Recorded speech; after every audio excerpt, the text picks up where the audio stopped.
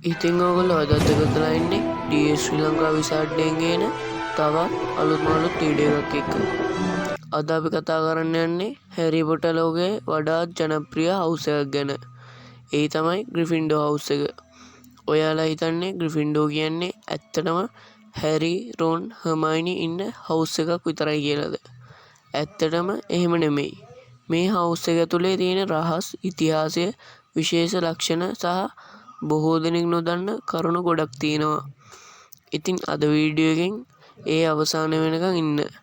මොකද අන්තිම කරුණ ඇහුවොත් ග්‍රිෆින්ඩෝ ගැන ඔයාගේ අදහසම වෙනස් වෙන්න පුළුවන්. අපි පටන් ගමු. ග්‍රිෆින්ඩෝ හවුස් එක පිහිටුවේ කවුද?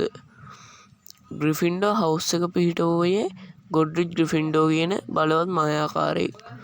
ඔහු හොග්වර්ට්ස් පාසල පිහිටවූ ආරම්භකයන් 4 දෙනාගෙන් එක්කෙනෙක්. ඔහුගේ ප්‍රධාන අදහස වුණේ දක්ෂකමට වඩා නිර්භීතකම සහ වීරත්වය අගය කරන සිසුන් තෝරා ගැනීමයි. ග්‍රිෆින්ඩෝගේ සංකේතය ඇයි සිංහයෙක්? ග්‍රිෆින්ඩෝ හවුස් එකේ සංකේතය සිංහයා. සිංහයා නියෝජනය කරන්නේ ධෛර්යය, නායකත්වය, ආත්ම විශ්වාසය, ගෞරවය.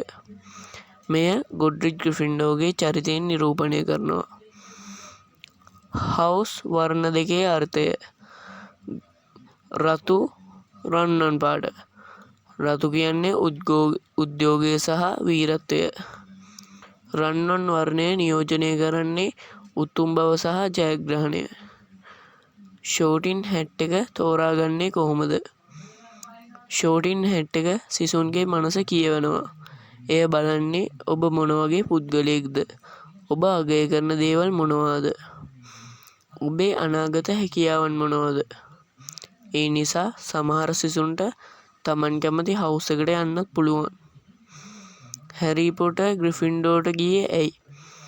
හැරිව මුලින් ෂෝටින් හැට් එක ස්ලිදරින් යවන්න හිතුවා. නමුත් හැරි පැවසුවේ ස්ලිදරින්ට නම් එපා කියලා. ඒ නිසා ෂෝටින් හැට් එක ඔහුගේ කැමැත්තට ගරු කළා. ග්‍රිෆින්ඩෝගේ හවුස් එකේ පොදු ගුණාංග. නිර්භීතකම, අවදානම් ගැනීමට කැමැත්ත, පක්ෂපාතීත්වය, යුක්තිය වෙනුවෙන් සටන් කිරීම සහ මිතුරන් වෙනුවෙන් කැපවීම. නෙවිල් ලොන්බොටම් ඇත්තටම ග්‍රිෆින්ඩෝ කෙනෙක්ද? මුලදී ඔහු බයගුළු ළමයෙක් වගේ පෙනුණා. නමුත් පසුව ඔහු තම ජීවිතය අවදානමට ලක් කරමින් සටන් කළා. අවසානයේ වෝල්ඩමෝර්ට්ට එරෙහි අවසන් සටනේ වීරයෙක් බවට පත් වුණා.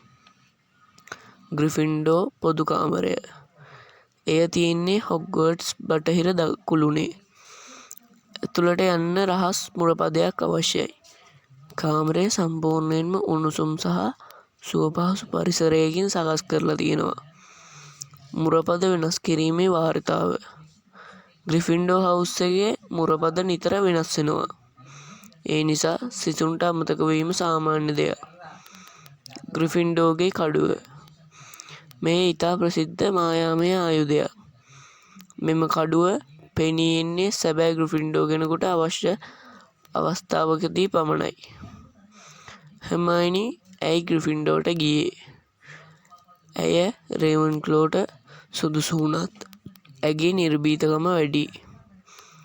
රොන්ගේ පවුල සම්පූර්ණයෙන්ම ග්‍රිෆින්ඩෝද? ඔව්.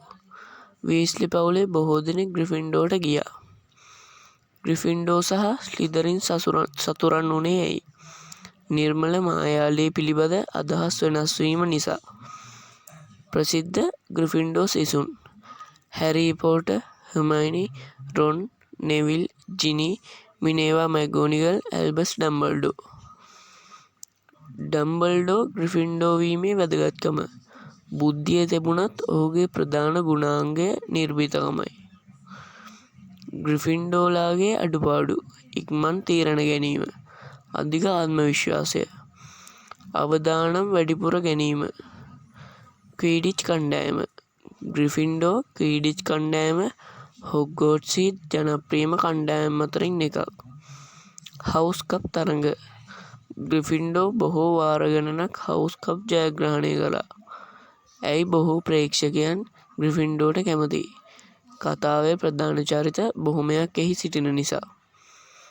ග්‍රිෆින්ඩෝ ගැන ලොකුම වැරදි අවබෝධය. බොහෝ දෙනා හිතන්නේ ග්‍රිෆින්ඩෝලා බය නැති අය කියලා. නමුත් ඇත්තටම නිර්භීතකම කියන්නේ බය නැතිවීම නෙමෙයි. බය තිබුණත් නිවැරදි දේ වෙනුවෙන් ඉදිරියට යාමයි. ග්‍රිෆින්ඩෝ හවුස් අවතාරය කවුද? ග්‍රිෆින්ඩෝ හවුස් එකේ නිල අවතාරය තමයි නර්ලි හෙඩ්ලස් නික්. ඔහුගේ සැබෑ නම සර් නික්ලස් ඩීන් පොපින්ටන්. ඔහුගේ හිස සම්පූර්ණයෙන්ම වෙන් නොවීම නිසා නර්ලි හෙඩ්ලස් කියන නම ලැබුණා. හොග්වර්ට්ස් සිසුන්ට උපදෙස් දෙන අවස්ථා ගොඩක් තිබුණා. ග්‍රිෆින්ඩෝ පොදු කාමරයේ විශේෂත්වය. මෙම කාමරය හොග්වර්ට්ස් බලකොටුවේ උස කුළුණක පිහිටලා තිබෙනවා. එහි විශාල ගිනි උදුනක්, රතු පැහැති ආසන සහ සිසුන් එකට එකතු වෙලා කතා බහ කරන්න පුළුවන් සුවපහසු පරිසරයක් තියෙනවා. ගෑනු ළමයින්ගේ නේවාසිකාගාරයට පිරිමි ළමයින්ට යන්න බැරි ඇයි? ග්‍රිෆින්ඩෝ හවුස් එකේ ගෑනු ළමයින්ගේ නේවාසිකාගාරයට පිරිමි ළමයින් උඩට යන්න උත්සාහ කළොත් පඩිපෙළ ස්වයංක්‍රීයව ලිස්සන පාරක් බවට පත් වෙනවා. නමුත් ගැහැණු ළමයින්ට පිරිමි ළමයින්ගේ කොටසට යන්න පුළුවන්. ග්‍රිෆින්ඩෝ සහ ක්විඩිච්. ග්‍රිෆින්ඩෝ හවුස් එකට හොඳ ක්විඩිච් ඉතිහාසයක් තියෙනවා. හැරි පොටර් පළමු වසරේදීම සීකර් තනතුරට තේරුණා. එය හොග්වර්ට්ස් ඉතිහාසයේ විශේෂ සිදුවීමක්. ග්‍රිෆින්ඩෝලා හැම විටම හොඳ අයද? බොහෝ දෙනා එහෙම හිතනවා. නමුත් ග්‍රිෆින්ඩෝලා අතරින් වැරදි කරන, අහංකාර හෝ නොසැලකිලිමත් චරිත තිබුණා. ඒ නිසා ග්‍රිෆින්ඩෝ වීම කියන්නේ සම්පූර්ණයෙන්ම පරිපූර්ණ කෙනෙක් වීම නෙවෙයි. පීටර් පැටිග්‍රෝත් ග්‍රිෆින්ඩෝ කෙනෙක් වුණේ කොහොමද? පීටර් පැටිග්‍රෝත් හෙවත් වොම්ටේල් ග්‍රිෆින්ඩෝ හවුස් එකේ හිටපු ශිෂ්‍යයෙක්. ඔහු පසුව වෝල්ඩමෝර්ට්ගේ අනුගාමිකයෙක් වුණා. මේකෙන් පේන්නේ ග්‍රිෆින්ඩෝට තේරීම කියන්නේ ජීවිත කාලෙම නිර්භීත තීරණ ගන්නවා කියන සහතිකයක් නෙවෙයි. ඩම්බල්ඩෝ ග්‍රිෆින්ඩෝට ආඩම්බරයක්. ඇල්බස් ඩම්බල්ඩෝ හොග්වර්ට්ස්හි ප්‍රබලම මායාකාරයෙක් ලෙස සැලකෙනවා. ඔහුගේ නායකත්වය, කැපවීම සහ වෝල්ඩමෝර්ට්ට විරුද්ධව සටන් කිරීම ග්‍රිෆින්ඩෝ වටිනාකම් නියෝජනය කරනවා. මැගොනිගල් ග්‍රිෆින්ඩෝගේ ආදර්ශ චරිතයක්. මහාචාර්ය මිනේවා මැග්ගොනිගල් ග්‍රිෆින්ඩෝ හවුස් එකේ ප්‍රධානියා වුණා. ඇය දැඩි නීති රකින්නියක් වුණත් සිසුන් ගැන සැලකිලිමත් ගුරුවරියක්. ග්‍රිෆින්ඩෝ සහ මිත්‍රත්වය. ග්‍රිෆින්ඩෝ හවුස් එක ගැන කතා කරනකොට හැරි, රොන් සහ හර්මයිනි අතර මිත්‍රත්වය අමතක කරන්න බෑ. ඔවුන්ගේ මිත්‍රත්වය මුළු කතාවම ඉදිරියට ගෙන ගිය ප්‍රධාන බලවේගයක්. ග්‍රිෆින්ඩෝගේ සැබෑ අර්ථය. ග්‍රිෆින්ඩෝ කියන්නේ බය නැති අයගේ හවුස් එකක් නෙවෙයි. ඒ කියන්නේ බය තිබුණත් නිවැරදි දේ වෙනුවෙන් ඉදිරියට යන්න කැමති අයගේ හවුස් එකක්.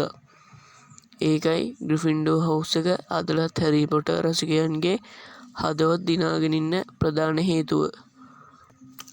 ඉතින් යාළුවනේ, ග්‍රිෆින්ඩෝ හවුස් එක ගැන මේ කරුණු කීයක් ඔයාලා කලින් දැනගෙන හිටියද? අද වීඩියෝ එකෙන් අලුත් දෙයක් ඉගෙන ගත්තා නම් කමෙන්ට් එකක් කියන්න. ඔයා හිතන්නේ ඔයා අයිති වෙන්නේ මොන හවුස් එකටද කියලත් පහලින් කමෙන්ට් කරන්න. වීඩියෝ එකට ලයික් එකක් දාන්න. යාළුවන්ට ෂෙයා කරන්න. තවත් මෙවැනි හැරි පොටර් රහස් සහ ෆැක්ට්ස් ලෝකයේ අපූර්ව කතා බලන්න channel එක subscribe කරන්න අමතක කරන්න එපා. අපි නැවතත් තවත් රසවත් වීඩියෝ එකකින් හමු වෙමු.